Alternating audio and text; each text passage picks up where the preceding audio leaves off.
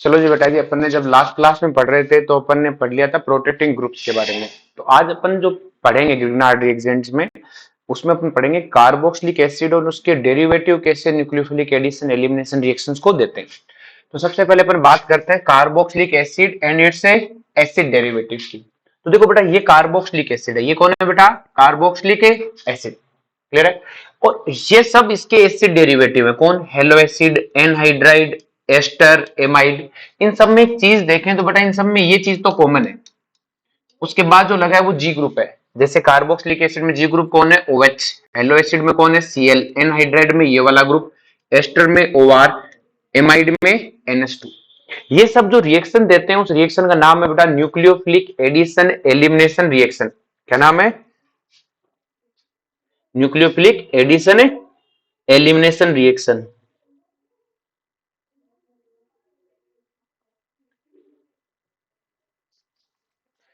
ये जो रिएक्शन देते हैं उस रिएक्शन का नाम है बेटा nucleophilic addition and elimination reactions. देखो बेटा, इन सब की रिएक्शंस की अगर हम बात करें तो अपने पास है carboxylic acid and it's derivative follow above mechanism. ये जो मैकेनिज्म है इसको बिलो मैकेनिज्म, अबो नहीं, बिलो मैकेनिज्म ये फॉलो करते हैं बेटा nucleophilic addition and elimination reaction. Carboxylic acid और इसके ये डेरिवेटिव है, ये जिस मैकेनिज्म को फॉलो करते हैं उसका नाम है बेटा क्या? Nucleophilic addition and elimination. तो देखो बेटा, अपने पास क्या एक न्यूक्लियोफाइल है। क्या है बेटा? ये न्यूक्लियोफाइल। हमें पता है बेटा इस पे डेल पॉजिटिव चार्ज, इस पे डेल नेगेटिव चार्ज है। तो हमें पता है न्यूक्लियोफाइल कहां अटैक करेगा? कार्बन पे। कहां अटैक करेगा? कार्बन पे। जब ये कार्बन पे अटैक करेगा तो इलेक्ट्रॉन कहां शिफ्ट होंगे? ऊपर। तो यहाँ पे न्यूक्लियोफाइल जुड़ गया और यहाँ इलेक्ट्रोफाइल आके जुड़ जाएगा। और ये रिएक्शन कौन सी होगी? Nucleophilic addition reaction. बस इतनी तो एडिशन है। इसके बाद क्या होता है? यहाँ एक एलिमिनेशन होता है। एलिमिनेशन कैसे? जैसे याद करो, आपको सिखाया था कि एक कार्बन पे अगर दो OH ग्रुप होते हैं तो यहां से H2O निकल जाता है एलिमिनेशन में। तो यहां से एलिमिनेशन होगा, इस कार्बन ऑक्सीजन से इलेक्ट्रोफाइल जाएगा और यहां से लिविंग ग्रुप G, और ये दोनों बाहर जाएंगे और अपने पास बन जाएगा RC double bond O nucleophile. तो रिएक्शन में हुआ क्या है कि सर रिएक्शन में G ग्रुप गया है और उसकी जगह नेट न्यूक्लियोफाइल आया है। लेकिन ये जो एलिमिनेशन वाली स्टेप है ये थोड़ी सी अपनी भी क्लियर नहीं है कि सर ये कैसे हुई। इसको अपन समझते हैं कि भाई यहां से एलिमिनेशन हो किसका रहा है। तो इसको समझने के लिए हमें एक चीज समझनी है जिसको मतलब है कि weak base are a good leaving group. जो वीक बेस है वो अच्छे लिविंग ग्रुप होते हैं। क्लियर है कि सर वीक बेस कौन है? जैसे अपने पास एसिड है, तो देखो ध्यान से अगर अपन बात करें कि अपने पास ये है कार्बोक्सिलिक एसिड में हेलो एसिड है, ये अपने पास में एस्टर है, ये अपने पास एस्टर है, सॉरी एनहाइड्राइड है, ये एस्टर है, और ये अपने पास हेलो एसिड है। तो अगर मैं इनमें कहूं कि sorry amide, not hello acid, amide. तो अगर मैं इनमें बात करूं कि कौन अच्छा लिविंग ग्रुप है, तो आपको पता है लिविंग ग्रुप कौन है कि सर इसमें क्लोरीन है, इसमें कौन है बेटा? ये वाला ग्रुप, इसमें OR ग्रुप और इसमें NH2 ग्रुप। अब इनमें से जो लिविंग ग्रुप होगा, क्योंकि बेटा यहां से लीव करना है, तो नेट रिएक्शन तो यही है कि जी जाएगा और उसकी जगह न्यूक्लियोफाइल आएगा। मतलब जी कौन है? Leaving group. अगर जी लिविंग ग्रुप होगा तो ही न्यूक्लियोफाइल आएगा नेट। मैकेनिज्म को छोड़ो, सीधे से लगानी है, न्यूक्लियोफाइल तभी आ पाएगा। और लिविंग ग्रुप कौन सा इनमें से अच्छा है? जिसका लिविंग ग्रुप अच्छा है उसी वही अच्छा देगा बेटा रिएक्शन को। तो अगर मैं इन सब की बात करूं तो एमाइड में लिविंग ग्रुप कौन है? NH2, एस्टर में OR, एनहाइड्राइड में एसाइल ग्रुप, और इसमें कौन है बेटा? Cl group. इनमें से जो अच्छा लिविंग ग्रुप कौन सा होगा? जो वीक बेस है। अब मैं इनका नहीं जानता इनमें से वीक बेस कौन सा है, तो मैं इनके कंजुगेट, इनके एसिड की बात करूं तो ये NH2 माइनस पक्का अमोनिया से बना है, ये OR माइनस पक्का किससे बना है? HOR से। ये पक्का एसिडिक एसिड से बना है, एसिटेटाइन, और ये HCl से बना है, Cl। और इन सब में अगर मैं बात करूं कि इनमें सबसे अच्छा एसिड कौन है, इनमें सबसे अच्छा एसिड HCl है। और इनमें अगर सबसे अच्छा एसिड HCl है और कार्बोक्सिलिक एसिड का है बेटा कम अच्छा एसिड है, और सबसे वीक एसिड कौन है बेटा? अमोनिया। और अगर ये सब एसिड है तो क्या ये इसका कॉन्जुगेट है? कॉन्जुगेट क्यों है? क्योंकि अमोनिया अगर H प्लस देगा तो ये बनेगा। तो अगर ये एसिड देगा तो ये इसका क्या? कॉन्जुगेट है, बेस। और मुझे पता है ये वीक एसिड है। कैसा एसिड है? Weak acid. और ये अगर वीक एसिड है तो NH2 माइनस क्या है बेटा? ये क्या है बेटा? स्ट्रॉन्ग कॉन्जुगेट बेस है, क्योंकि वीक एसिड का कॉन्जुगेट बेस क्या होता है? स्ट्रॉन्ग। और अगर मैं HCl की बात करूं तो HCl एक वीक स्ट्रॉन्ग एसिड है, तो उसका कॉन्जुगेट Cl माइनस क्या होगा बेटा? Weak base. और हमें पता है weak base are good leaving group. तो इनके जो ये तो क्या है? कॉन्जुगेट बेस का ऑर्डर है। तो अगर मैं बात करूं तो ये सबसे अच्छा लिविंग ग्रुप और ये सबसे खराब है लिविंग ग्रुप। तो अगर इनके लिविंग ग्रुप का ऑर्डर की बात करूं तो लिविंग ग्रुप का ऑर्डर उल्टा होगा।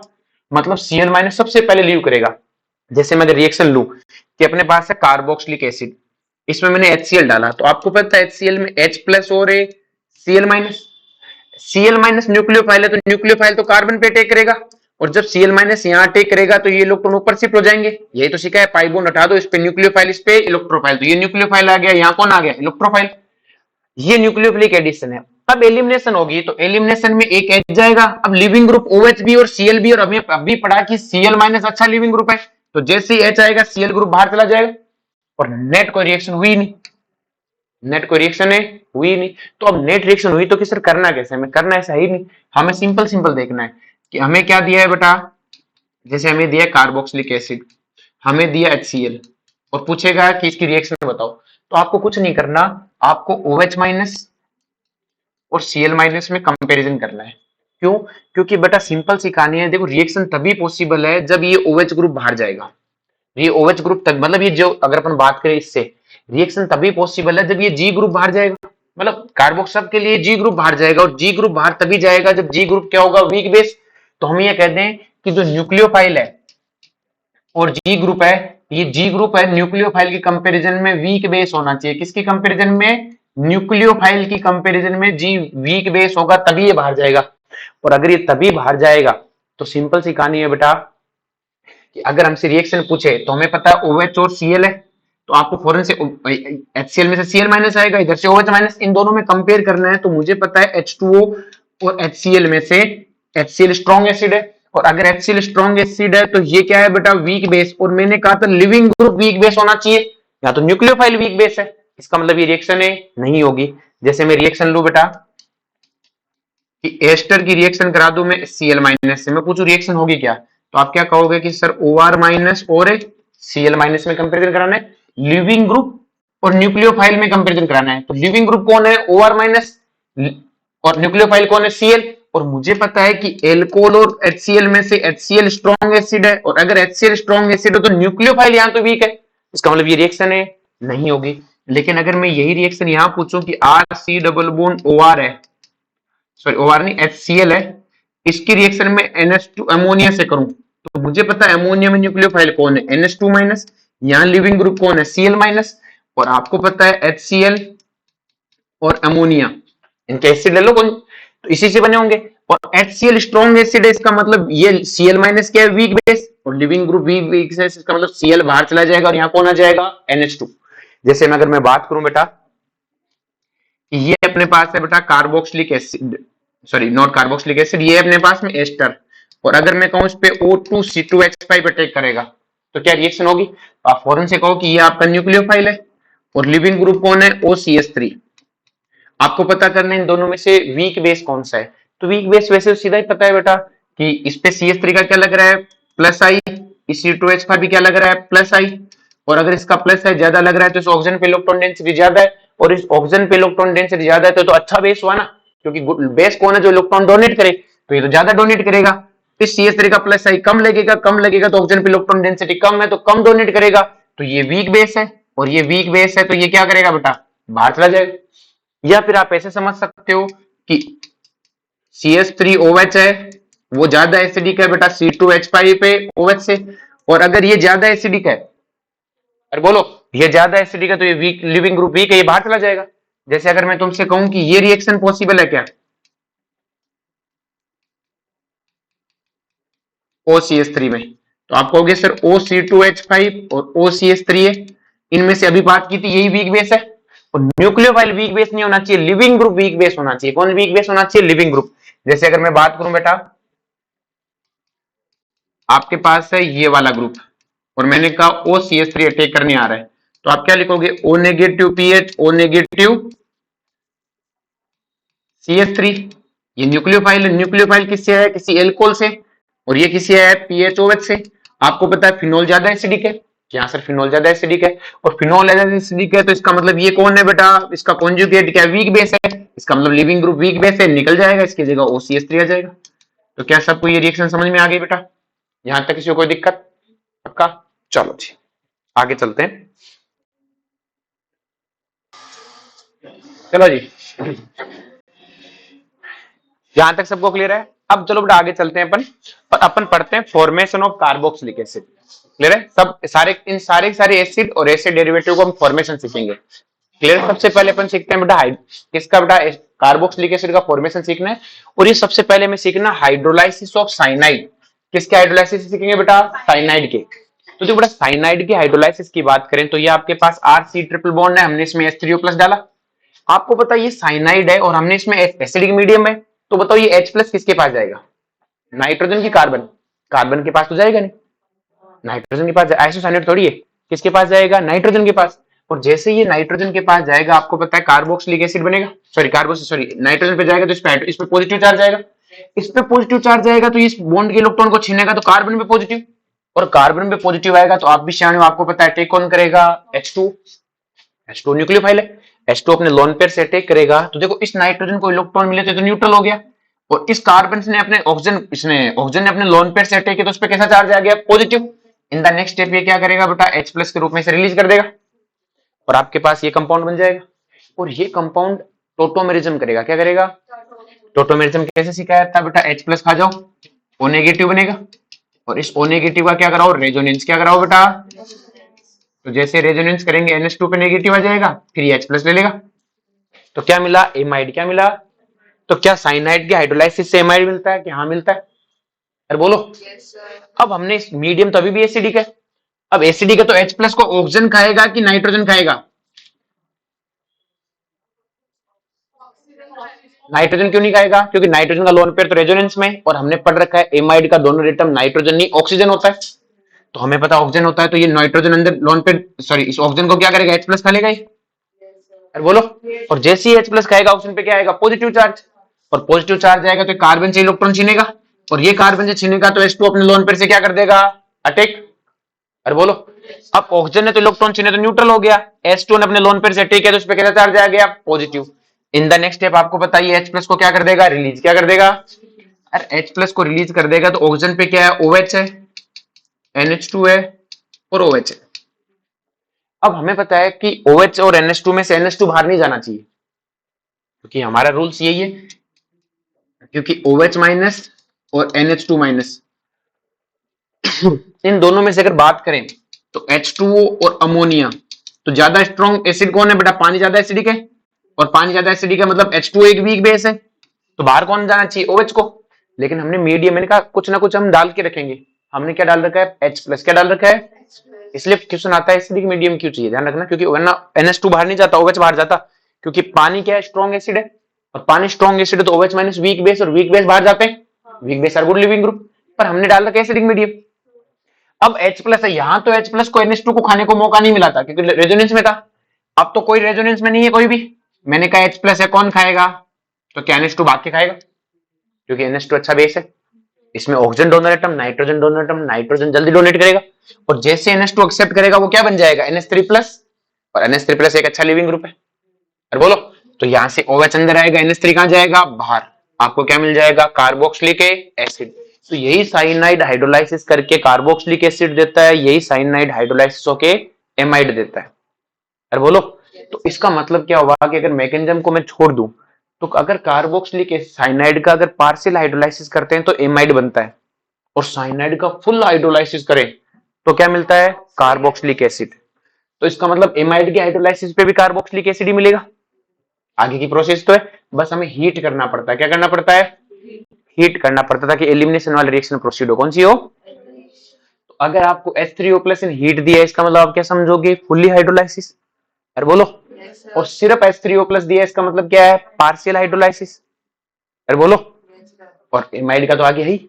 अब एग्जामिनर क्या बहुत शाना होता है, वो बच्चों का खून पीने में मजे आते हैं उसके, वो ऐसे लिखता है साइनाइड, इसका हाइड्रोलाइसिस, इससे प्रोडक्ट ए बिना, ये ए है, ये बी, अगर हम आगे चल के रिएक्शन पढ़ेंगे Br2 इन KOH, Br2 इन KOH, ये वो रिएक्शन है होफमैन ब्रोमाइड डिग्रेशन रिएक्शन, और ये एक एमाइड की रिएक्शन है। किसकी रिएक्शन है? तो आपको फिर यहाँ सोचना है कि यह क्या बना होगा, तो आपको पता है वो एमाइड की रिएक्शन है, इसका मतलब ए एमाइड रहा होगा। ए क्या रहा होगा? अगर मैं लिखता, ये नहीं लिखते, मैं लिखता कि यहाँ पे अमोनिया डाल के बी बनता है, तो पक्का ए एमाइड नहीं रहा होगा। क्यों? एमाइड अमोनिया से क्या सिर रिएक्शन करेगा? अरे समझ में? तो हम आगे चल के रिएक्शंस पढ़ेंगे, उसके बेस पे आपको थोड़ा सा वहां कॉमन सेंस लेना है कि यार इसको एमाइड बनाऊं कि कार्बोक्सिलिक एसिड, अगले वाले रिएक्शन तय करेंगे।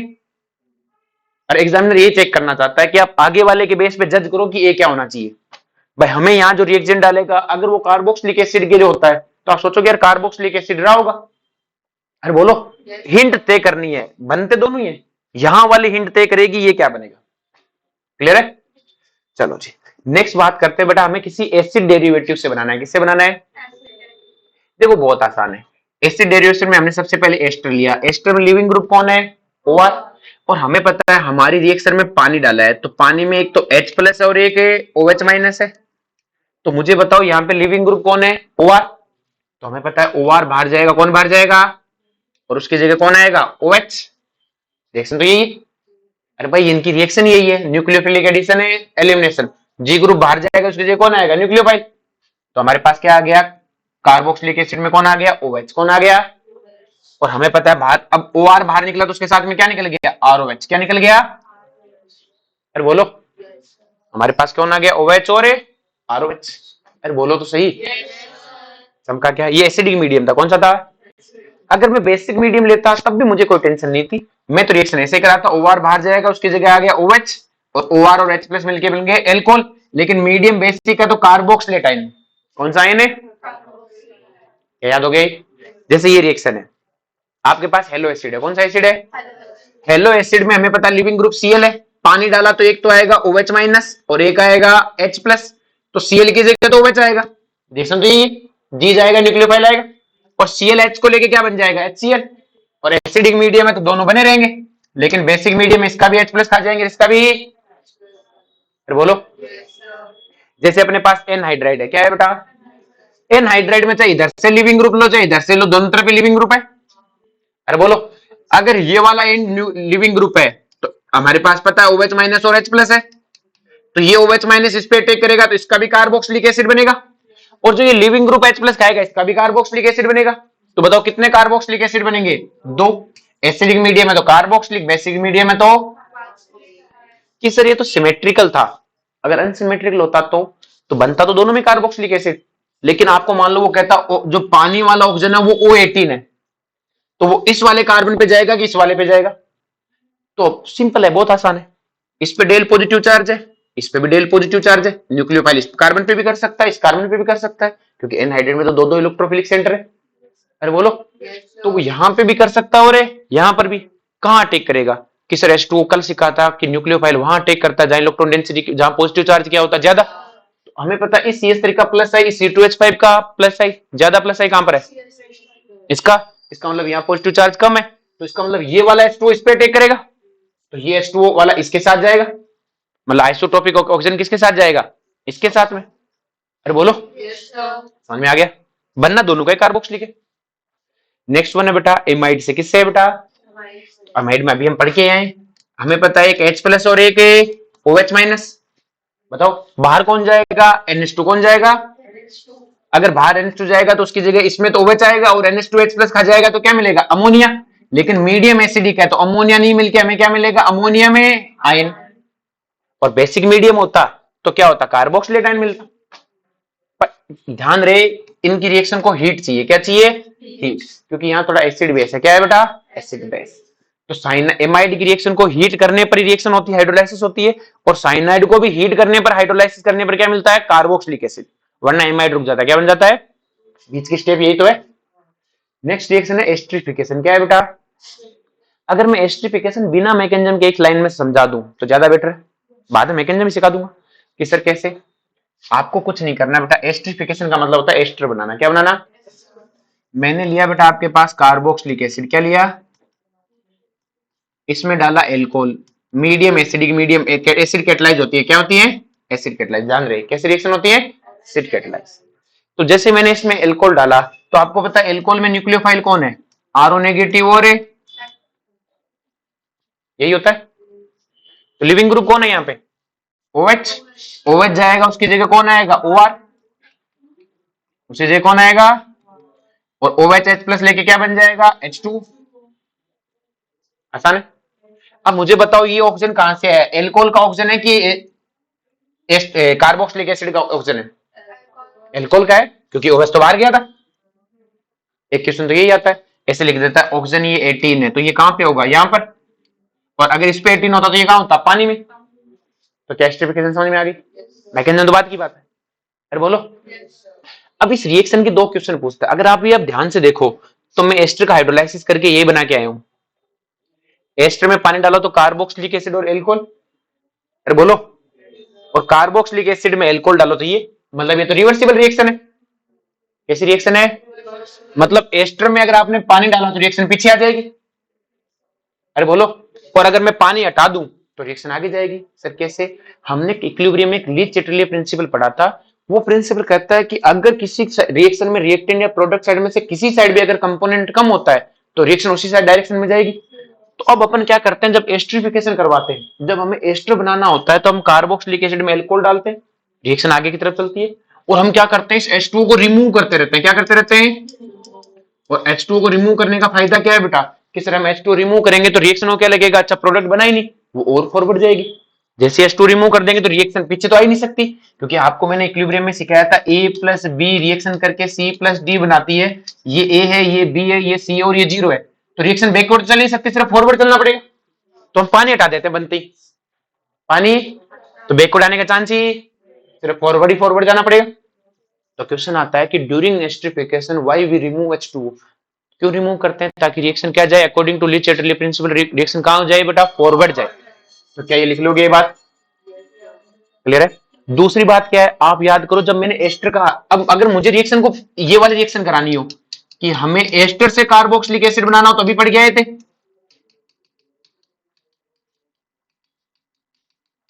तो आपको याद है ये करना पड़ेगा। तो अब हम चाहते हैं रिएक्शन पीछे ना आए, फॉरवर्ड ही फॉरवर्ड जाए। और आपको याद है जब अपन काइनेटिक्स पढ़ते हैं तो अपन पढ़ते हैं rate of reaction equal to reactant की पावर 1 H2O को कांस्टेंट मान देते हैं। एस्टर के हाइड्रोलाइसिस में पानी एक्सेस में लेते हैं, पानी क्या लेते हैं, याद करो, पानी एक्सेस में लेते हैं, इसके कारण सूडो फर्स्ट ऑर्डर रिएक्शन होती है। कौन सी रिएक्शन होती है? क्यों लेते हैं पानी एक्सेस में, समझ में आया? क्योंकि पानी का अमाउंट इधर रिएक्टेंट साइड में बहुत बढ़ा देंगे, और ली चैटर्ले प्रिंसिपल कहता है अगर मैं रिएक्टेंट बढ़ाऊंगा तो रिएक्शन कहां जाएगी, फॉरवर्ड, ताकि रिएक्शन बैकवर्ड आने के चांस ही।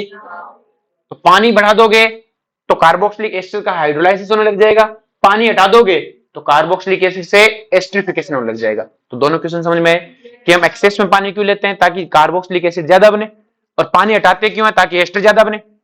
और रिएक्शन कैसी है, रिवर्सिबल। अरे बोलो।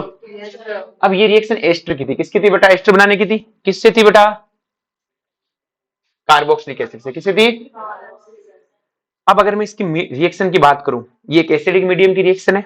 आपको पता है कार्बोक्सिलिक एसिड में हमने एल्कोहल डाला, मीडियम है एसिडिक। आपको पता है शुरुआत में H प्लस है, तो आपको पता है H प्लस इस ऑक्सीजन पे जाएगा कि इस वाले ऑक्सीजन पे जाएगा, ऊपर वाले पे, तो H इस पे जुड़ गया। H इस पे जुड़ गया तो इस पे चार्ज कैसा है, पॉजिटिव, तो ये इस कार्बन से इलेक्ट्रॉन छीनेगा। और आपको पता है ROH में से न्यूक्लियोफाइल कौन है, RO नेगेटिव, तो क्या RO नेगेटिव इस कार्बन पे अटैक कर देगा, यहाँ पे क्या आ जाएगा, OR क्या आ जाएगा, और यहां से H अंदर आएगा, H2O बाहर, क्या बन गया, एस्टर। तो क्या मैकेनिज्म की जरूरत है हमें, ये तो भाई ये न्यूक्लियोफिलिक एडिशन है, एलिमिनेशन वाली। और इसका मतलब हम क्या सीखे बेटा, कि सर कार्बोक्सिलिक एसिड का OH जाएगा और एल्कोहल का क्या जाएगा, H। बोलो। ये इतना तो मैं पढ़ ही नहीं रहा, मैं इस लफड़े में, मेरे को ये सीखना ही नहीं है, मेरे को तो मेरी रिएक्शन आती है। जैसे अगर मैं तुम्हें ये रिएक्शन दूं कि ये रिएक्शन बेटा, जो एस्टरिफिकेशन रिएक्शन आप फिनोल से भी करवा सकते हो, कि मैंने बेटा फिनोल दिया, क्या दिया बेटा, मैंने कहा रिएक्शन कराओ, तो आपने क्या कहना है कि सर OH लिविंग ग्रुप है, OH क्या है, OH ग्रुप लिविंग कर जाएगा। और यहां से न्यूक्लियोफाइल कौन है, OR, OAR। बोलो, क्या चीज समझ में आई बेटा, ये किसकी रिएक्शन होगी बेटा, कार्बोक्सिलिक एसिड के साथ फिनोल की एस्टरिफिकेशन। अगर मैं कार्बोक्सिलिक एसिड की जगह एनहाइड्राइड ले लूं, क्या ले लूं बेटा, सेम रिएक्शन अब होगी। कि सर कैसे, ये कार्बोक्सिलिक एसिड है, मैंने लिया एल्कोहल, क्या लिया बेटा, तो आपको पता है कार्ब, इसको मैं ले लिख लेता हूं कि ये जैसे आपके पास एनहाइड्राइड है बेटा, और आपको पता है ये लिविंग ग्रुप है, और एल्कोहल के अंदर न्यूक्लियोफाइल कौन होता है बेटा, RO नेगेटिव कौन होता है, तो लिविंग ग्रुप बाहर जाएगा, उसकी जगह कौन आ जाएगा, न्यूक्लियोफाइल। तो हमारे पास क्या मिलेगा बेटा, RC डबल बॉन्ड है, OR प्लस ये वाला ग्रुप क्या मिल जाएगा, H प्लस, क्या मिला, कार्बोक्सिलिक एसिड। आपको लगता है कार्बोक्सिलिक एसिड फर्दर एस्टरिफिकेशन करेगा, और अब की बार इसका लिविंग ग्रुप कौन होगा, OH, और OH लीव कर जाएगा तो उसकी जगह क्या आ जाएगा बेटा, OR। अरे बोलो। ये मैंने आर लिया, अगर मैं ए आर लेता तो कौन सी रिएक्शन हो जाती है बेटा, फिनोल के साथ में। तो क्या मैं इन फोगट की मैकेनिज्म की जगह अपनी सीधी सीधी एक ट्रिक से कर लूं, लिविंग ग्रुप पता किया, इधर से न्यूक्लियोफाइल पता किया, इसको H प्लस जोड़ा, फिर से रिएक्शन करा दी। अरे बोलो, सेम कहानी रिएक्शन बेटा हेलो एसिड के साथ हो सकती है, लेकिन हेलो एसिड वाली रिएक्शन बेसिक मीडियम में होती है। किसमें होती है, क्यों होती है, अभी बात करते हैं। हमें पता है बेटा इसका लिविंग ग्रुप कौन है, Cl। मैंने इसमें एल्कोहल डाला, क्या डाला, और आप समझदार हो, एल्कोहल में न्यूक्लियोफाइल कौन है, आरओ नेगेटिव, इलेक्ट्रोफाइल कौन है, H प्लस। तो Cl बाहर जाएगा, उसकी जगह कौन आ जाएगा, OR। अरे बोलो, और Cl और H प्लस रिएक्शन करके क्या बना लेंगे, HCl। अब हम इसमें डालते हैं पिरिडीन, क्या डालते हैं, पिरिडीन एक बेस है, और बेस क्या करेगा, HCl खा जाएगा। और अगर ये HCl खा जाएगा तो रिएक्शन में प्रोडक्ट का एक कंपोनेंट खत्म हो गया। और आपको ली चिटले प्रिंसिपल पता है, इसको बनाने के लिए रिएक्शन कहा जाएगी, फॉरवर्ड जाएगी, भाई HCl है ही नहीं, तो रिएक्शन बैकवर्ड आने के चांस खत्म है, रिएक्शन फॉरवर्ड क्या जाएगी, ज्यादा। अब कोई कहेगा सर पिरिडीन ही क्यों लिया आप, OH माइनस ले लो। तो OH माइनस ये खुद के लफड़े, वो खुद Cl से रिएक्शन कर सकता है ना, कार्बोक्सिलिक एसिड बनाने की तरफ भागने लग जाए तो। अरे बोलो, पिरिडीन लेते हैं, पिरिडीन शांत स्वभाव का है, कैसा स्वभाव का है, शांत। अरे चमका क्या। नेक्स्ट वन आता है एस्टर का भी एस्टरिफिकेशन करवाया जा सकता है। कि सर एस्टर का एस्टरिफिकेशन मतलब, जैसे बेटा आपके पास ये मैकेनिज्म को जो सीधा देखो, मैंने तुम्हें पहले सिखा दिया, मैंने कहा C डबल बॉन्ड OCH3 है, मैंने इसकी रिएक्शन कराई इस एल्कोहल से। अरे बोलो, क्लियर है। तो आपको पता है कि OCH3 और OC2H5 है, तो OCH3 और आने वाले ग्रुप में न्यूक्लियोफाइल कौन है, OC2H5। इन दोनों में से OCH3 क्या है, वीक बेस है, और OCH3 वीक बेस है, इसका मतलब OCH3 चला जाएगा और उसकी जगह कौन आ जाएगा। तो ये क्या हो गया बेटा, एस्टर की एस्टरिफिकेशन हो गई, बिना कोई मैकेनिज्म पड़े। अरे बोलो, अरे चमका क्या। जैसे अगर मैं कहूं कि ये वाली रिएक्शन हो सकती है क्या,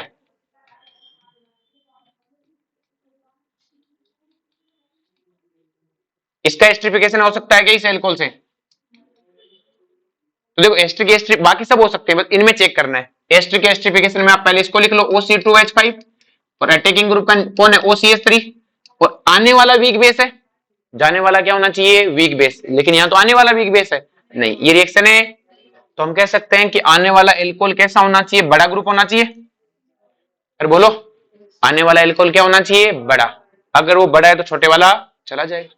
या फिर सिंपल सा वीक बेस देखो, क्योंकि इसका ड्रॉबैक ये रहा, तो ड्रॉबैक में फंसते ही क्यों, सीधा देखो ना, जैसे मैंने लिखा OPH3 OCH3, मैं पूछूं ये रिएक्शन हो जाएगी क्या, तो अब बच्चा क्या सोचेगा कि ये तो बड़ा ग्रुप है, जाएगा नहीं। तो आप क्यों टेंशन लेते हो, आप इसको लिखो O negative PH O negative CH3।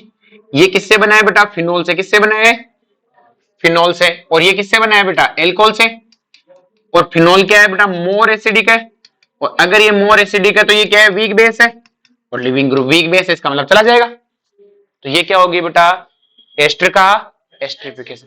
तो बिना मैकेनिज्म वाली कहानी समझ में आई बेटा, एक ही तो कहानी है, लिविंग ग्रुप जाएगा, न्यूक्लियोफाइल आएगा, क्लियर है। तो ये कहां चेक करना है, एस्टर के एस्टरिफिकेशन चेक करना है, बाकी तो सारी रिएक्शन होंगी, बाकी तो सारी रिएक्शन है, क्योंकि हमने मीडियम दे दिया, बाकी सबको लीव करवा देते, सबको क्या करवा देते हैं। अरे बोलो, जैसे अगर मैं नेक्स्ट रिएक्शन देखूं तो ये वही रिएक्शन है, बड़ी मैकेनिज्म वाइज है, मैंने बिना मैकेनिज्म पढ़ाई है, क्योंकि मैं नहीं चाह रहा तुम ज्यादा लफड़े लो। नेक्स्ट वन है फॉर्मेशन ऑफ एमाइड। एमाइड का फॉर्मेशन आपको भी पढ़ा है, साइनाइड के पार्शियल पे ये बनता ही है। अब मैंने कार्बोक्सिलिक एसिड में अमोनिया डाला, तो देखो पहली रिएक्शन तो कुछ हो ना हो एसिड बेस ही होती है। अमोनिया का, ये अमोनिया बेस और ये एसिड है, तो ये एसिड बेस रिएक्शन हो जाएगा, अमोनियम कार्बोक्सिलेट आयन बनेगा। अरे बोलो, और आपको पता है ये एक बफर है, और चौथा साल्ट भी यही था, साल्ट हाइड्रोलाइसिस का फोर्थ साल्ट ये था। अब जब अगर अपन बात करें कि सिर्फ ये रिएक्शन है, अगर वो अमोनिया डाल के हीट कर दे तो पूरी रिएक्शन है। और ध्यान करो एमाइड का हाइड्रोलाइसिस करने पर भी पानी डाल के हीट करना पड़ता था। अरे बोलो, तो इसके लिए तो हीट कंपलसरी है आपस में। अब अगर मैं नेट रिएक्शन पूछूं तो इसका लिविंग ग्रुप कौन है, OH, और अटैकिंग ग्रुप कौन है, NH2 नेगेटिव। अरे बोलो, तो NH2 ग्रुप आएगा, OH ग्रुप जाएगा, ये लो रिएक्शन हो गई। अरे बोलो,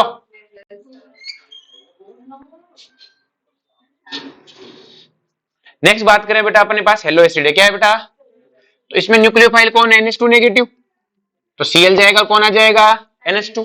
इसमें लिविंग ग्रुप कौन है, OR, न्यूक्लियोफाइल कौन है, NH2। इसमें लिविंग ग्रुप कौन है, ये वाला ग्रुप, इसका क्या बन जाएगा, एमाइड, इसका कार्बोक्सिलिक एसिड, और ये कार्बोक्सिलिक एसिड फिर से एमाइड बनेगा। क्या रिएक्शन समझ में आई? तो याद क्या, ध्यान क्या रखना है कि एमाइड में कार्बोक्सिलिक एसिड बनाते समय हीट, कार्बोक्सिलिक एसिड बनाते समय भी हीट, वरना रिएक्शन बीच में रुक जाएगी। अरे बोलो। नेक्स्ट है फॉर्मेशन ऑफ हेलो एसिड। इस हेलो एसिड के साथ दिक्कत है क्योंकि Cl वीक लिविंग ग्रुप है, तो अगर मैं किसी में भी Cl माइनस डालूं तो ये किसी को भगा नहीं सकता, ये किसी को भगा, क्योंकि आने वाला वीक बेस होना, जाने वाला वीक बेस होना चाहिए, या तो Cl माइनस सबसे वीक बेस है, तो Cl माइनस किसी को भगा नहीं सकता, इसलिए हम कुछ और रिएजेंट यूज करते हैं। हम यूज करते हैं PCl5, PCl3, PCl5, SOCl2 या SO2Cl2 pyridine, इनमें से कुछ भी डाल दो, इन सब रिएक्शन में लिविंग ग्रुप हटके क्या आ जाएगा, Cl। ये वैसी रिएक्शन होगी जैसी SNI थी। कैसी थी बेटा? उनमें मैकेनिज्म नहीं पड़ी, इनकी भी नहीं पढ़ रहे अपन। और बोलो।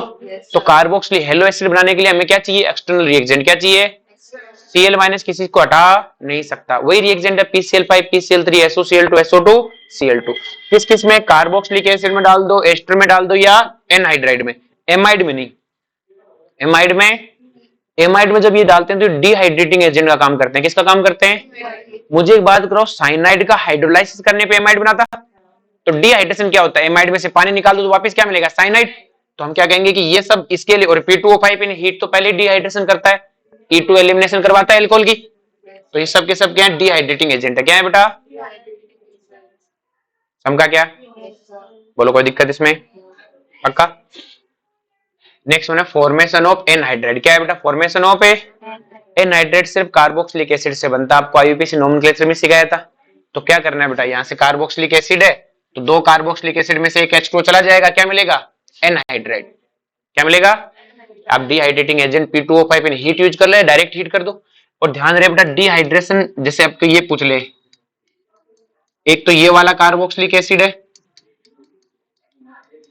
और एक ये वाला कार्बोक्सिलिक एसिड में, तो बताओ किसमें एनहाइड्राइड बनने की पॉसिबिलिटी सबसे बड़ी है? इस वाले में। यहां से H2 निकल जाए और यहां से क्या बन जाए, एनहाइड्राइड। क्या बन जाए? और आप ओम्स गैप वाले में पढ़ के आए थे, सक्सेनिक एनहाइड्राइड, गुल्टानिक एनहाइड्राइड, बीच वाले दो में से H2 निकल के एनहाइड्राइड तो बनता है, वही तो रिएक्शन है। अरे बोलो, समझा क्या?